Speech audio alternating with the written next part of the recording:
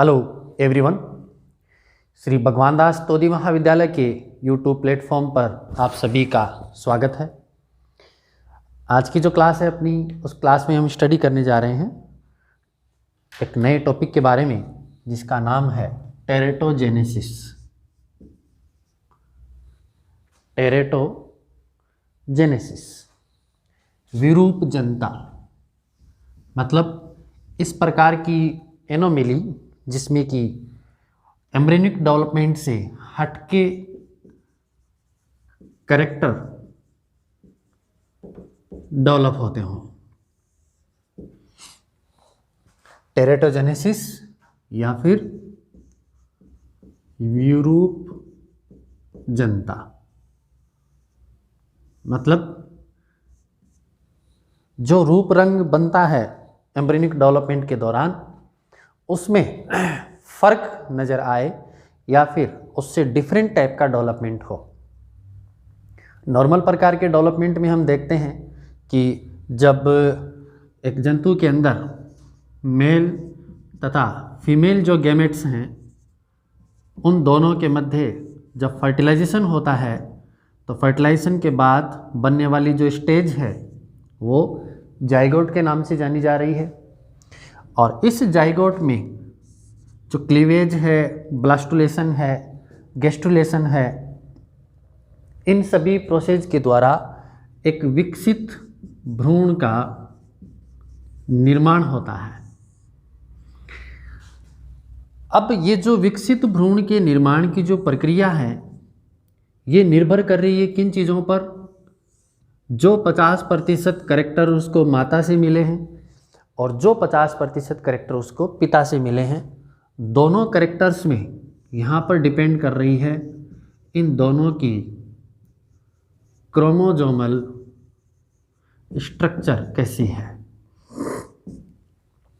क्योंकि हम ये चीज़ जानते हैं कि जो नए भ्रूण का निर्माण होता हो, जब डेवलपमेंट की प्रक्रिया होती है, तो डेवलपमेंट की प्रक्रिया के लिए गुणसूत्रों का अहम रोल होता है।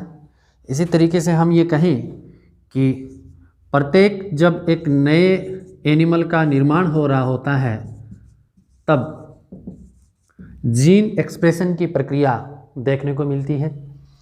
और इसी जीन एक्सप्रेशन की प्रक्रिया में कैरेक्टर आपको वही दिखाई देंगे जो उस जीनोम या फिर जो उस डीएनए या आरएनए मटेरियल के अंदर मौजूद हैं। एग्जाम्पल के तौर पर हम देखते हैं कि यहाँ पर जब किसी भी जंतु का निर्माण होता है तो उसमें प्रोटीन की जो अमाउंट है, प्रोटीन की जो स्ट्रक्चर है, वो एक स्ट्रक्चरल चेंजेज के लिए अपना इम्पॉर्टेंट रोल प्ले करती है।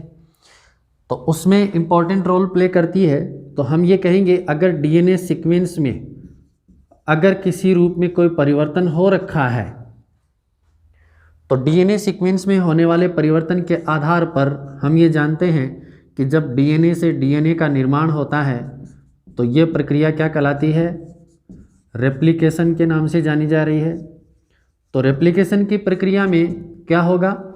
जो विकृत प्रकार का अगर डीएनए सीक्वेंस है तो क्या होगा? यहाँ पर एक विकृत प्रकार के ही डीएनए का निर्माण होगा यहाँ पर। और ये विकृत प्रकार का डीएनए ट्रांसक्रिप्शन के प्रोसेस के द्वारा क्या करता है? आरएनए का फॉर्मेशन कर रहा है। तो बनने वाले आरएनए के स्ट्रक्चर में भी क्या होगा? यहाँ पर परिवर्तन आपको देखने को मिलेगा, चेंजेस आपको देखने को मिलेंगे। अब इनकी सहायता से जब आप ट्रांसलेशन का प्रोसेस आपने पढ़ा, जिसमें प्रोटीन के निर्माण की प्रक्रिया संपन्न होती है, तो यहाँ पर आपको क्या होगा? अगर किसी प्रकार के क्रोमोसोमल वेरिएशन के कारण, किसी प्रकार के जेनेटिक सीक्वेंस में गड़बड़ी के कारण या एबनॉर्मलिटी उत्पन्न होने के कारण, वो एबनॉर्मलिटी चाहे किसी भी फैक्टर के कारण डेवलप क्यों न हुई हो, यहाँ पर अगर इस सीक्वेंस में कोई परिवर्तन है तो यहाँ से इसके द्वारा बनने वाली जो प्रोटीन होगी वो भी क्या होगी? डीनेचर्ड प्रकार की होगी, मतलब विकृत प्रकार की होगी। और इस विकृत प्रकार की प्रोटीन के द्वारा जब किसी भ्रूण का निर्माण करवाया जाएगा तो उस भ्रूण के अंदर भी आपको विकृत लक्षण देखने को मिलेंगे। नॉर्मली क्या होता है, जैसा हम चर्चा करते आए हैं पहले भी, पुराने ज़माने में आपने सुना था कि जो प्रेग्नेंट वुमन होती थी उनको सूर्य ग्रहण से बचाया जाता था, ज़्यादा वज़न उठाने से उनको बचाया जाता था। इस तरह का कोई भी कार्य जो है उस भ्रूण को नुकसान पहुंचाए, उस हर कार्य से उसको रोका जाता था। और उसका नतीजा ये होता था कि जब भ्रूण का निर्माण होता था, जब बच्चे का जन्म होता था, तो बच्चा एकदम तंदुरुस्त कहलाता था। लेकिन अब आपको देखने को मिलते हैं, आप अपने आस पड़ोस में, मोहल्ले में आप देखते हैं, या फिर आप दूसरी जगह कहीं आपने सुना होगा कि इस तरीके के बच्चे का जन्म हुआ है जिसकी आँख टेढ़ी है, एक आँख है नहीं, होंठ आपस में चिपके हुए हैं, या अंगुलियां आपस में जुड़ी हुई हैं, या 5 के अलावा 6 अंगुलियां डेवलप हो गई हैं, पैर आपस में जुड़े हुए हैं, शरीर पर पूरे पर ढेर सारे बाल हैं, ठीक है, दांतों का सही विन्यास सही नहीं है। या फिर हम कहते हैं कि जब भ्रूण का जन्म हुआ, बच्चे का जन्म हुआ, तो उसके जन्म के साथ ही डॉक्टर कहते हैं इसका हार्ट जो है वो मिसप्लेस हो रखा है, मतलब साइड में खिसका हुआ है, इसके फेफड़े कम विकसित हुए हैं, इसका लीवर कम विकसित हुआ है, किडनी जो है वो इसके अंदर क्लेफ्ट हो रखी है, दरार आ रखी है ना, गोनेड्स इसके सही तरीके से डेवलप नहीं हुए हैं। तो इन सभी कैरेक्टर्स को हम देखते हैं और सुनते भी आ रहे हैं, लेकिन हम उनको क्या मानते हैं? ऐसा मानते हैं किसी माता का प्रकोप हुआ हो, या किसी को राक्षस की छाया गिर गई हो। इस तरीके की हजारों जो भ्रांतियां हैं जो हम आपस में अपने आस पड़ोस में सुनने को आपको मिलती हैं। लेकिन आज जिस तरीके से साइंस ने विकास किया है, यहाँ पर डेवलपमेंट हुआ है, तरह तरह की जो टेक्निक्स यहाँ पर डेवलप हुई हैं, टूल्स इस तरीके के विकसित हुए हैं, उनके माध्यम से हम जान सकते हैं कि ये किसी माता का प्रकोप या किसी राक्षस का साया नहीं है, ये बल्कि क्या है, ये जीन्स के एक्सप्रेशन के थ्रू ये इस तरीके की डेवलपमेंट का प्रोसीजर आपको देखने को मिल रहा है। होगा कुछ भी, हम भ्रांतियों में नहीं जाएंगे, हम केवल साइंस की बात करेंगे यहाँ पर। और साइंस ये कहती है कि ये जितने भी जो कैरेक्टर्स आपको देखने को मिल रहे हैं, जिसमें जो मैंने कैरेक्टर्स आपको बताए हैं 10-15, तो ये सभी कैरेक्टर्स का जन्म होना ये बताता है कि यहाँ पर इस पूरी प्रक्रिया में जो भ्रूण के जन्म की प्रक्रिया है, और भ्रूण के जन्म की प्रक्रिया से मतलब है कि निषेचन की प्रक्रिया से लेकर के उसके जन्म तक की प्रक्रिया में, और निषेचन से पूर्व की प्रक्रिया में आपने देखा होगा, अगर मान लीजिए यहाँ पर इस मदर के अंदर किसी रूप में कोई व्याधि उत्पन्न हो रखी है, या फिर फादर के अंदर किसी रूप में कोई व्याधि या इस प्रकार के विकार या इस प्रकार के कोई कैरेक्टर्स मौजूद हैं जो कि उसके फिनोटाइप या जीनोटाइप को डिस्टर्ब किए हुए हैं, तो बनने वाली संतति फिर क्या होगी? इस जीन एक्सप्रेशन को शो करेगी। यहाँ पर जो भ्रूण है, जो विकास या विकसित होने वाला जो भ्रूण है, उसके अंदर ये कैरेक्टर देखने को मिलेंगे। अब आप कहेंगे कि जो जितने भी आपने कैरेक्टर बताए हैं इस तरीके के, उनमें कई बार ऐसा भी होता है कि बच्चे का जन्म नहीं होता और बच्चे के जन्म से पहले ही गर्भ गिर जाता है, जिसमें हम कहते हैं कि बच्चा जो है वो माँ के पेट में क्या है, उसका डेवलपमेंट नहीं हो पाया और उसकी डेथ हो जाती है। और ऐसी कंडीशन में बहुत बार ये भी देखने को मिलता है कि माता और बच्चे दोनों की डेथ हो जाती है। तो इन सब चीज़ों का कारण क्या है? या फिर हम देखते हैं कि बच्चा जन्म तो ले लेता है, लेकिन जन्म लेने के बाद में वो कुछ समय जीने के बाद उस वो विकसित होने वाली अवस्थाओं के दौरान ही उसकी मृत्यु हो जाती है, सडन डेथ जिसको हम कहते हैं। आप अपने घर में जब बातचीत चले तो आप पूछना उनसे कि पुराने समय में ऐसा आपको देखने को मिलेगा कि भी ये एक ऐसी महिला थी जिसके 5 बच्चों ने जन्म लिया और उनके बच्चे जो है वो 5 साल के पीरियड के दौरान ही डेथ हो गई उनकी। तो ऐसे कैरेक्टर भी आपको देखने को मिलेंगे। तो इन सब में कोई ना कोई ऐसा फैक्टर तो है जो कि क्या कर रहा है, इस तरीके की एबनॉर्मलिटी उत्पन्न कर रहा है। और एबनॉर्मलिटी का दूसरा नाम क्या है? टेरेटोजेनेसिस है। यहाँ हम क्या कर रहे हैं कि ये जो एबनॉर्मल कैरेक्टर यहाँ पर डेवलप हो रहे हैं, एबनॉर्मल कैरेक्टर्स से रिलेटेड है कि मतलब है कि हाथों का विकास सही नहीं होना। हम देखते हैं कुछ बच्चे इस तरीके के होते हैं जिन बौने रह जाते हैं, कुछ इस तरीके के होते हैं जिनके की हाइट जो है वो बहुत ज़्यादा बढ़ जाती है, बहुत कुछ ऐसे भी हैं जो बहुत कम खाते हैं लेकिन उनका जो हेल्थ है वो बहुत ज़्यादा बढ़ जाती है, इंक्रीज हो जाती है, मतलब पेट बढ़ा हुआ है, ठीक है। तो ये सारे जो करेक्टर आपको देखने को मिल रहे हैं ये सब किनका नतीजा है? इसी करेक्टर का तो नतीजा है। और ये करेक्टर डेवलप करने के लिए जिम्मेदार कौन है? यहाँ पर जो क्रोमोसोम की सीक्वेंस इनको प्राप्त हुई है माता और पिता से, मतलब पेरेंट्स से जो करेक्टर प्राप्त हुए हैं उन्हीं के आधार पर यहाँ क्या होगा, आगे एक्सप्रेशन होगा। हम कहते हैं ना एक्सप्रेस यूर सेल्फ, आप जो हो आप प्रदर्शित कीजिए, लेकिन आप जो हो वो प्रदर्शित करोगे कब करोगे? जो आपके अंदर होगा। अब उसी रूप में चाहे हम किसी जीन के करेक्टर को देख लें, अगर किसी जीन के करेक्टर के अंदर अगर मान लीजिए कुछ इस तरीके की एब्रीवेशंस या इस तरीके के वेरिएशंस आई हुए हैं तो वो वेरिएशंस का इफेक्ट उसको उसके फिनोटाइप के अंदर देखने को मिलेगा, आप उसकी स्ट्रक्चर के अंदर भी देखने को मिलेगा, उसमें फंक्शनल चेंजेस भी अपने को देखने को मिलेंगे। अब अगर किसी प्रकार का कोई संरचनात्मक परिवर्तन हुआ है तब तो वो आपको हाथों के जुड़े हुए रूप में देखने को मिल सकता है, मुंह के टेढ़ेपन का लक्षण देखने को मिल सकता है, कुछ इस तरीके के एबनॉर्मल कैरेक्टर आप एग्जाम्पल ढेर सारे देख सकते हैं, आस पड़ोस में भी देख सकते हैं। तो वो संरचनात्मक परिवर्तन भी हो सकते हैं और कुछ कार्यात्मक परिवर्तन भी हो सकते हैं। कार्यात्मक परिवर्तन से रिलेटेड ये है कि उसके अंदर जिस प्रकार की प्रोटीन का निर्माण होना है वो प्रोटीन का निर्माण सही रूप में नहीं हो पाता। एग्जाम्पल के तौर पर हम कहते हैं कि हमारे शरीर के अंदर मान लीजिए डाइजेशन की प्रक्रिया होती है।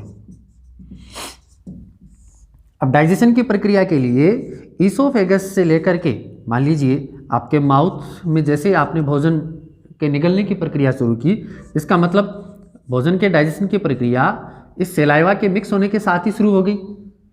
अब अगर सही रूप में सेलाइवा का निर्माण नहीं हो पा रहा आपके मुख के अंदर, इसका मतलब वो किसी न किसी एक एबनॉर्मल कैरेक्टर को प्रदर्शित कर रहा है।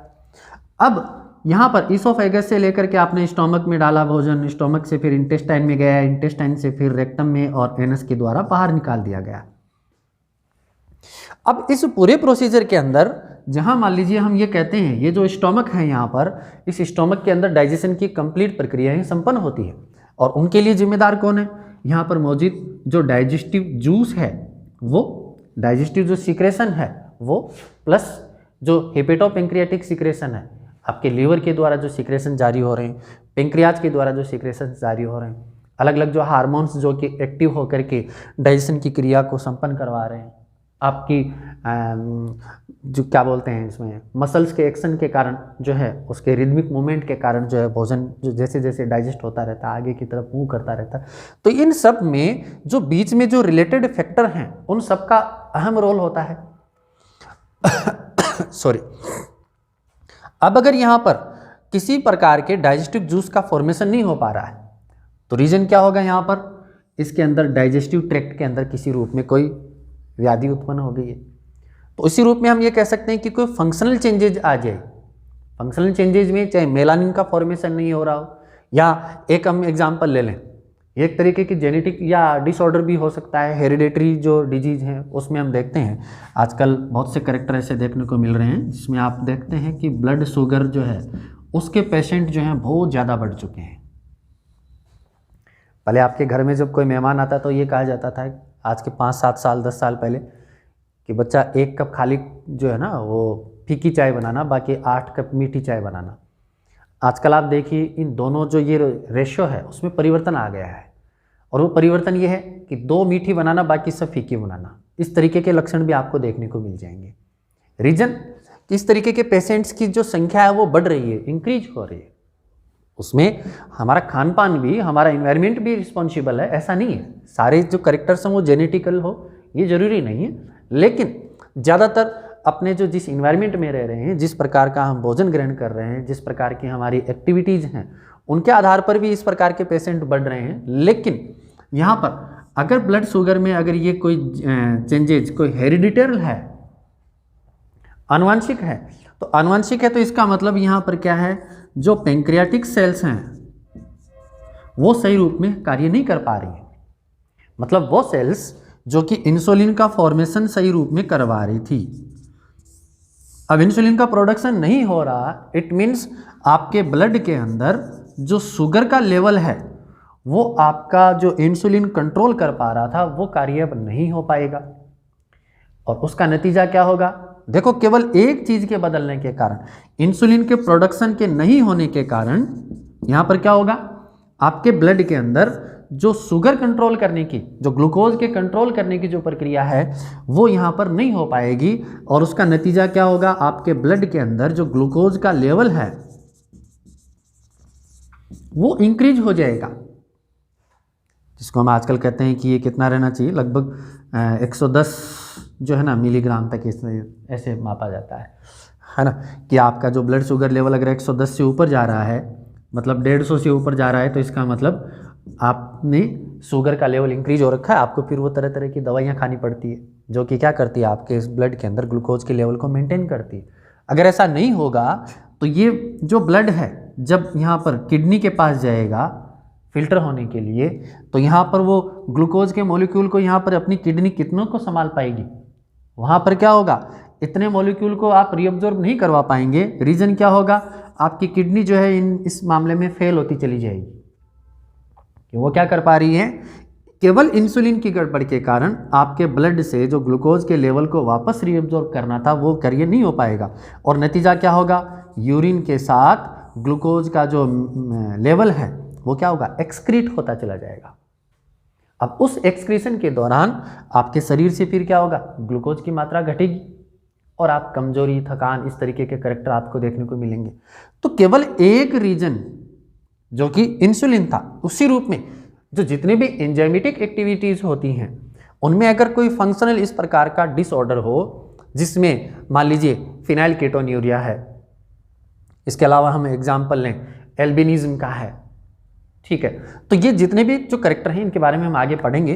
तो ये जो करेक्टर डेवलप हो रहे हैं इनमें किसी न किसी एंजाइम के अफेक्ट होने के कारण हो रहा है। जैसे अपन हीमोफीलिया का ले लें, एक्स फैक्टर नहीं है तो इसका मतलब हीमोफीलिया, उसके अंदर डिजीज उत्पन्न हो गई है।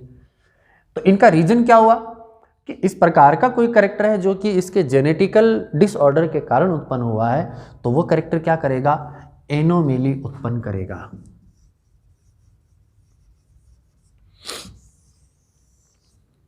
एनोमेली का मतलब है विरूपता या इस प्रकार की कंडीशन जो कि एबनॉर्मलिटी प्रदर्शित करती है। मतलब नॉर्मल कंडीशन तो नहीं है, और जो नॉर्मल नहीं है, नॉर्मल से विपरीत है, इसका मतलब एबनॉर्मलिटी है। और इस एबनॉर्मलिटी के कारण इस प्रकार के लक्षण हमने को देखने को मिलते हैं जो कि टेरेटोजेनेसिस उत्पन्न करते हैं। अब वो फैक्टर जो कि टेरेटोजेनेसिस उत्पन्न करते हैं उनको हम क्या कहते हैं, टेरेटोजन के नाम से जानते हैं। अब टेरेटोजन को उत्पन्न करने वाले जो फैक्टर्स हैं उनमें अधिकतर फैक्टर्स ऐसे भी होते हैं जो कि जेनेटिकल हो, और जेनेटिकल के अलावा इन्वायरमेंटल फैक्टर्स भी होते हैं। इन्वायरमेंटल फैक्टर्स में अगर आप एग्जांपल लें, जैसे हम देखते हैं कोई इस तरीके की फैक्ट्री में काम कर रहे हो जहाँ रसायनों का ही काम होता है, ज़्यादातर केमिकल्स का होता है, पेस्टिसाइड्स का फॉर्मेशन होता है, इस तरीके के जो हर्बिसाइड्स वगैरह आप बनाते हैं, और जीनोबायोटिक्स बनाते हैं जिनमें कॉस्मेटिक पदार्थ जितने बनाए जाते हैं, तो जहाँ बनाए जाते हैं वो भी अफेक्ट होते हैं। और जो कॉस्मेटिक्स हैं, पेस्टिसाइड्स हैं, इस तरीके के केमिकल्स हैं, मैन मेड केमिकल्स जिनको हम कहें जीनोबायोटिक्स, तो उनका जहाँ इस्तेमाल हो रहा है तो उनके कारण भी क्या होगा, उस जनरेशन को वो लक्षण देखने को मिलेंगे। आजकल बाजार में जितनी भी प्रकार की जो कॉस्मेटिक्स बन रही हैं उन सभी कॉस्मेटिक्स में भी क्या है, इस प्रकार के आप देखिए वहाँ लिखा हो रहता है कि फॉर एक्सटर्नल यूज़ ओनली, आप केवल जो है शरीर त्वचा पर आप बाहरी उपयोग करें, खाने के लिए नहीं है ये चीज़। लेकिन जो चीज़ आप खा नहीं सकते उसको लगा भी नहीं सकते, उसको लगाना भी नहीं चाहिए अगर समझदार हैं तो। रीज़न क्या है, आपकी स्किन क्या करेगी, उसको एब्जॉर्ब करेगी। अब जब स्किन के अंदर अपनी कैपेसिटी है कि वो एब्जॉर्ब कर सकती है, क्योंकि आप तेल लगाइए, आप एक, दूसरी तरफ आप एलोवेरा लगाइए, आप तीसरी आप वैसलीन लगाइए, तीनों में आपको फ़र्क नज़र आएगा। जो तेल है या घी है वो क्या होगा, आपकी स्किन इतनी जल्दी एब्जॉर्ब नहीं कर पाएगी, लेकिन वैसलीन या एलोवेरा को जो बहुत जल्द एब्जॉर्ब कर पाएगी। तो जितनी भी आप ये क्रीम वगैरह लगाते हैं इन सब में क्या है कि वो अपनी स्किन एब्जॉर्ब कर लेती है। तो चाहे आप निगल रहे हो किसी चीज़ को तो वो आपके ब्लड के थ्रू जाएगी कोशिकाओं तक, और एक आपने डायरेक्ट कोशिकाओं को दे दिया है, लेकिन आपने दिया तो अपने शरीर को ही है ना। तो इन सब का लक्षण जो है वो इस तरीके का आपको देखने को मिल सकता है, जो कि आने वाले समय में इस तरीके के डिसऑर्डर उत्पन्न कर दे कि वो आपके अंदर कोई स्ट्रक्चरल परिवर्तन भी ला सकते हैं। एग्जाम्पल के तौर पर स्किन के अंदर मेलानिन का जो करेक्टर है वो धीरे धीरे फिर क्या होगा, मान लीजिए वहाँ से डिस्टर्ब हुआ, तो उसका रीज़न क्या है, आप सनबर्न के करेक्टर देख सकते हैं। जैसे कई लोगों को देखा नहीं, वो छतरी तान करके फिर उसके बाद बाहर निकलते हैं धूप में, चाहे गर्मी हो या सर्दी हो। रीज़न क्या उसका, कि उनके अंदर सनबर्न के करेक्टर्स देखने को मिलते हैं, उनकी त्वचा जलने लगती है उस धूप से। तो ये सभी करेक्टर्स जो हैं जो एबनॉर्मलिटी उत्पन्न कर पा रहे हों, उन सभी करेक्टर्स के बारे में हम इस टॉपिक के अंतर्गत चर्चा करने वाले हैं। तो जितना मैंने आपको बताया कि जीन के एक्सप्रेशन के थ्रू और जीन के एक्सप्रेशन के अलावा जो करेक्टर उसको माता पिता से मिले हैं उस क्रोमोसोमल सीक्वेंस के थ्रू या प्रोटीन की सीक्वेंस के थ्रू, क्योंकि प्रोटीन की सीक्वेंस में भी अपन देखते हैं कि डिफरेंट टाइप के प्रोटीन जो हैं उनका फॉर्मेशन अमीनो एसिड की सीक्वेंस के द्वारा, या अमीनो एसिड जो है प्रोटीन की इकाई है मान लीजिए, तो उस इकाई के द्वारा ही क्या हो रहा है, यहाँ पर एक बनने वाली प्रोटीन निर्धारित हो पा रही है। अब हम देखते हैं कि डिफरेंट टाइप के जो अमीनो एसिड्स हैं वो आपस में जुड़ करके एक पॉलीपेप्टाइड चेन का फॉर्मेशन करते हैं। उसको पॉलीपेप्टाइड क्यों कह देते हैं हम, कि एक अमीनो एसिड जब आपस में दूसरे अमीनो एसिड से जुड़ता है तो यहाँ पर एक बॉन्ड बनता है जिसको हम बोलते हैं पेप्टाइड बॉन्ड। तो इस पेप्टाइड बॉन्ड की सहायता से बहुत सारे अमीनो एसिड जब आपस में जुड़ते हों और उनके जुड़ने की सीक्वेंस के आधार पर जब यहाँ पर पॉलीपेप्टाइड चेन का निर्माण हो रहा है, एग्जाम्पल के तौर पर मान लीजिए एलानिन है, लाइसिन है, आर्जिनिन है, ठीक है, ये ट्रिप्टोफैन, जितने भी प्रकार के जो अमीनो एसिड्स आप पढ़े हैं, जो 21-22 प्रकार के जो अमीनो एसिड्स हैं, तो यहाँ पर जितने भी जो अमीनो एसिड्स हैं उनके जुड़ने की आधार पर प्लस उनकी सीक्वेंस के आधार पर, मान लीजिए एलानिन यहाँ पर जुड़ा है, उससे पहले लाइसिन जुड़ा हुआ है, अगर दूसरे प्रकार की कोई प्रोटीन है उसमें लाइसिन की जगह एलानिन आ जाए और एलानिन की जगह लाइसिन आ जाए तो बनने वाली प्रोटीन क्या होगी, फिर डिफरेंट प्रकार की होगी, उसकी नेचर अलग होगी, उसकी कन्फर्मेशन अलग होगी, उसकी स्ट्रक्चर अलग होगी, उसका कार्य, उसका फंक्शन अलग होगा। तो यहाँ पर अलग अलग प्रकार की जो फंक्शनल प्रोटीन बन रही हैं वो भी डिपेंड कर रही हैं कि किस प्रकार की पॉलीपेप्टाइड चेन का यहाँ पर फॉर्मेशन हो रहा है। अगर इस पॉलीपेप्टाइड चेन के निर्माण के लिए जो सीक्वेंस उसको जीन का एक्सप्रेशन जो इसको मिल रहा है उसी के बेसिस पर तो ये सीक्वेंस बन रही है। अब इसमें अगर कोई किसी न किसी रूप में कोई एबनॉर्मलिटी या एनोमली है तो क्या होगा, यहाँ पर मान लीजिए या तो ये विलुप्त हो जाए या फिर इसकी जगह कोई दूसरा आ जाए, ठीक है, तो उसके आधार पर क्या होगा, बनने वाली प्रोटीन की स्ट्रक्चर फिर क्या होगी, चेंज हो जाएगी। और ये जो चेंजेज हैं वो अच्छे के लिए भी हो सकते हैं। हम जैसे पढ़ते हैं म्यूटेशन के जितने भी करैक्टर हैं, तो म्यूटेशन के जितने भी करैक्टर हैं उनमें बहुत से ऐसे होते हैं जो हार्मफुल भी होते हैं, कुछ यूजफुल भी होते हैं, लेकिन हार्मफुल करैक्टर ज़्यादा देखने को मिलते हैं क्योंकि प्रकृति है ये, तो भाई नेचर के अंदर जो चीज़ें एकदम नेचुरली चल रही हैं, जो कुदरत ने बनाया है उसके अकॉर्डिंग चल रही हैं, तो उसमें फिर म्यूटेशन में अगर कोई एक्स्ट्रा करैक्टर डेवलप होता है तो वो अच्छे के लिए, तो हम ये कह सकते हैं कि हो सकता है उसके लिए अच्छे के लिए हो, आने वाली जनरेशन के लिए अच्छे के लिए नहीं हो। तो इस तरीके के करैक्टर जो हैं वो मिसप्लेसमेंट के कारण भी डेवलप हो सकते हैं, स्ट्रक्चरल चेंजेज के कारण भी हो सकते हैं, डेवलपमेंटल फेलियर के कारण भी हो सकते हैं, डेवलपमेंटल एक्सेस के कारण भी हो सकते हैं और फंक्शनल चेंजेस के कारण भी हो सकते हैं, जिन सब के बारे में हम अगले वीडियो में चर्चा करेंगे। उम्मीद करता हूँ आपको ये टॉपिक जो आपने शुरुआत किया है उसकी ब्रीफिंग आपको अच्छे से समझ में आई होगी। नेक्स्ट वीडियो में हम ये किस किस प्रकार के होते हैं, एनोमली कितने प्रकार की होती है, उनकी चर्चा हम करेंगे। तब तक के लिए धन्यवाद।